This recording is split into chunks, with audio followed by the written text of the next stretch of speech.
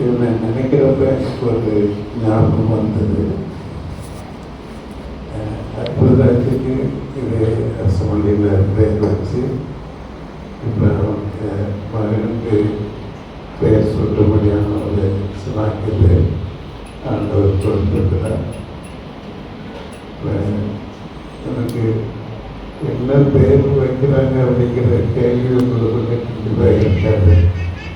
இருந்தாலும் ஒரு பேர் தான் உங்களுக்கு எல்லாருக்கும் தெரியும்னு நினைக்கிறேன், மீது பேர் தெரியாது. அதனால் இவனுக்கு தேவனுடைய சபையில் கர்த்தருடைய நாமத்தினால அற்புத சேர்ந்தவர்களுக்கு ஆண்டவர் ஈவாக கொடுத்த மகனுக்கு நோவா கேப்ரியல் ராஜ் அப்படின்னு சொல்லி கர்த்தருடைய நாமத்தினால பெயர் சொல்கிறோம். நோவா அப்படின்னு சொல்லும் பொழுது இளைப்பாறுதல், கேப்ரியல் அப்படின்னு சொன்னோம்னா கர்த்தரின்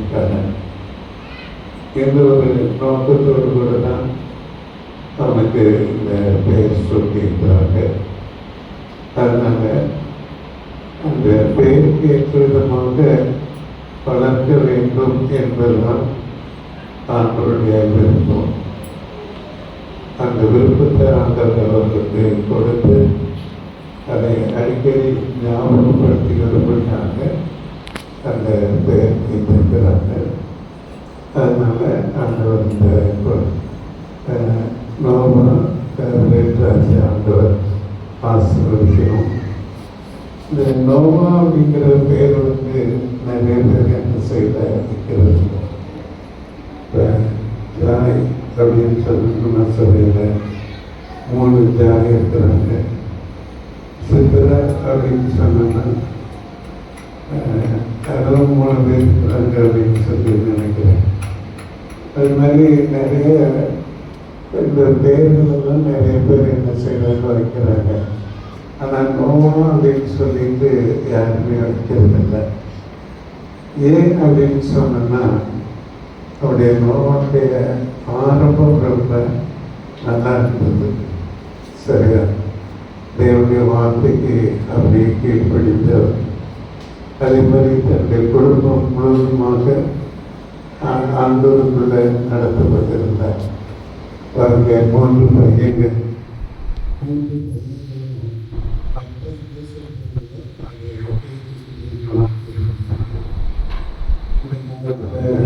அது நம்ம எதிர்பார்க்க முடிகிறதில்லை.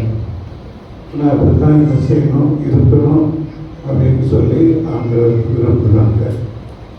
அதே மாதிரி 3 மருமகள் 3 அவங்களும் மாமா என்ன சொல்கிறாங்களோ அதுக்கு கீழ்ப்படுகிறத நம்ம பார்க்குறோம். ஆனால் இன்னைக்கு லோகத்துடைய வாழ்க்கையில் 2 மருமகனையும் அப்படி கூப்பிடுறப்ப என்ன மாமியார் பரியாசம் பண்ணுறாரு அப்படின்னு சொல்லி நினச்சாங்க. ஆனால் இங்கே நோவா தன்னுடைய மருமக்கள் மேலே உங்கள் வேலைகளும் போகும் அப்படின்னு சொல்லி கூப்பிடுறதுன்னு அவங்க எல்லாருமே குடும்பமாக வேலைக்குள்ளே பிரவேசித்து பாதுகாக்கப்பட்டாங்க. ஆனால் நோவுடைய பின்னாடி உள்ள ஒரு வாழ்க்கையை பார்க்குறப்போ கொஞ்சம் தேவனுக்கு பிரியமில்லாத ஒரு வாழ்க்கையாக இருந்தது.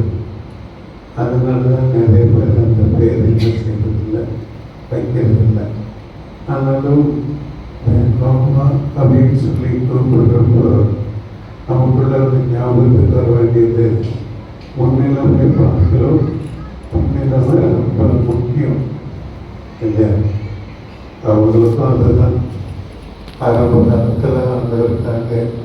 எப்படி வாழ்ந்தோம், ஆனால் இன்றைக்கு எப்படி வாழ்கிறோம் அப்படிங்கிறத அவங்க சிந்திக்கிறதுக்காகவே இந்த விஷயம் சொல்லப்பட்டிருக்கிறது. அதே போல் நாமும் அவனை நோவா அப்படின்னு சொல்லி கூப்பிடுற சமயத்தில் நமக்குள்ள அந்த சிந்தை வரணும். நம்முடைய பின்னாடி வருங்காலம் எப்படி இருக்கணும், இன்னைக்கு எப்படி இருக்குன்னு யோசிக்கணும். ஆத்ம நன்மை விட இன்றைக்கு நம்ம எப்படி இருக்கிறோம், இனி வருங்காலம் எப்படி இருக்கணும் அப்படிங்கிற ஒரு சிந்தை நமக்குள்ள என்ன செய்யணும் பண்ணணும். இல்லையா? சரி, ஜெவனம் போதும் தட்டா அப்படின்ட்டான். சரி, ஜெபிப்போம். எங்களை நேசிக்கிறீங்க நல்லா இருந்தது. இந்த அருமையான நிலையில நாங்கள் உண்மை துதிக்கிறோம், ஸ்தோத்திரிக்கிறோம். ஆண்டவரே, உண்மை ஆராதித்து தொழுது கொண்டு உடைய தன்மையில் ஐக்கியப்பட்டு உடைய பாவத்தில் அமர்ந்து இருக்கிறதான வேலையில் ஆண்டவரே, இப்பொழுதும் அற்புத ஜெயசியம் அவர்களுக்கு நீங்கள் ஈவாக கொடுத்த மகன் நோவா பிராட்சிக்காக நாங்கள் உண்மை ஸ்தோத்திரிக்கிறோம். அவனுக்கு இந்த பெயரை சுட்டி உண்மை துதிக்க முடியாத சலாங்கியத்தை கொடுத்தீங்க. அதற்காக நாங்கள் உண்மை ஸ்தோத்திரிக்கிறோம்.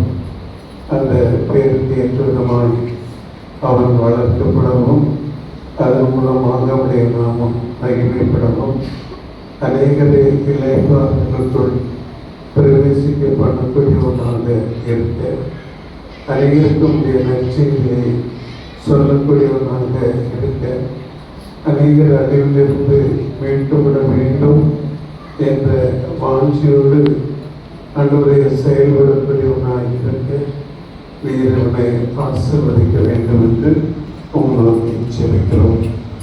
ஆண்டவரே, இந்த நாளிலே சபையாக ஆண்டவரே நாங்கள் நம்முடைய நாமத்தினாலே அவர்களுக்காக நாங்கள் ஜெபிக்கிறோம். அவ்விதமான நேர ஆசீர்வாதியம் நல்ல சுகத்தை பலத்தை தாழ்ந்து உடைய பாதுகாப்பாக இருக்கட்டும். அவருடைய பெற்றோருக்காக ஜெபிக்கிறோம். அவர்களும் பேருக்கு ஏற்றதுமாக வளர்க்க வேண்டும் என்கிற வாட்சியோடு வளர்ந்து உதவி செய்யுங்க. அவங்களுக்கும் நல்ல சோதனை பலத்தை தாங்க. ஆண்டவராகிய இயேசு கிறிஸ்துவின் இளைய நாமத்தில் உடைய சமூகத்தில் ஸ்தோத்திரத்தோடு கூட ஏறெடுக்கிறோம். நல்ல பிதாவே, ஆமென்.